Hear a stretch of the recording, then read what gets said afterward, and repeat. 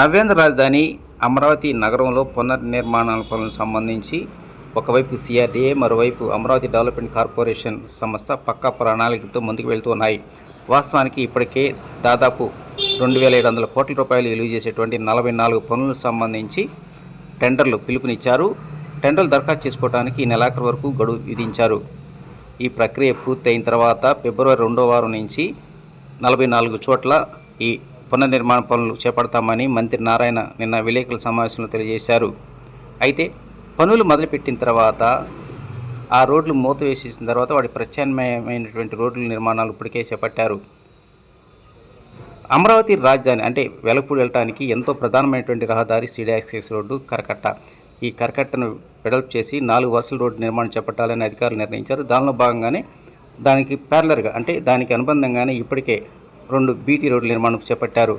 ఉండవల్లి ఎదురుగా ఉన్నటువంటి రహదారిని అనుబంధంగా ఓ రోడ్డును వేశారు. ఈ రోడ్డు అనేటువంటి సీడీ యాక్సెస్ రోడ్డు వరకు ఉంటుంది. అదేవిధంగా మరో రోడ్డు ముఖ్యమంత్రి నారా చంద్రబాబు నాయుడు గారి నివాసం నుంచి కరకట్టకు అనుబంధంగా మరో రోడ్డుని ఇట్లా మొత్తం 2 రోడ్ల నిర్మాణం అనేటువంటిది ఇప్పటికే పూర్తి చేశారు.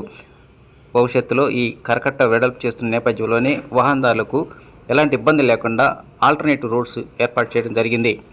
వాస్తవానికి ఈ కరకట్ట అనేటువంటిది ముఖ్యమంత్రి నారా చంద్రబాబు నాయుడుతో పాటు విజయవాడ వైపు నుంచి వెలగపూడి వెళ్ళేటువంటి ఐఏఎస్ అధికారులు, ఐపీఎస్లు, హైకోర్టు న్యాయమూర్తులు అందరికీ ఇది ఎంతో కీలకంగా మారిన నేపథ్యంలోనే ఈ రోడ్డుని వెడల్పు చేయాల్సినటువంటి అవసరం ఏర్పడింది.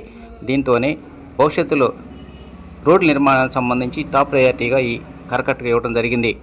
త్వరలోనే టెండర్లు ఖరారైన తర్వాత ఈ రోడ్డు నిర్మాణానికి సంబంధించినటువంటి కసరత్తు ప్రారంభమవుతుందని అధికారులు తెలియజేశారు.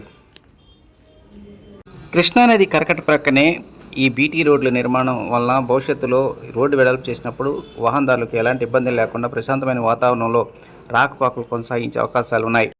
ఉండవల్లి గ్రామం వైపు నుంచి సీడీ యాక్సెస్ రోడ్డు వైపు వెళ్ళేవారు, అదేవిధంగా సీడీ యాక్సెస్ వైపు నుంచి ఉండవల్లి గ్రామానికి వచ్చేటువంటి వారు ఇప్పటికే కరకట్ట వైపు నుంచి కాకుండా ఈ కొత్త రోడ్ల మీద నుంచి రాకపోకలు కొనసాగిస్తూ ఉన్నారు.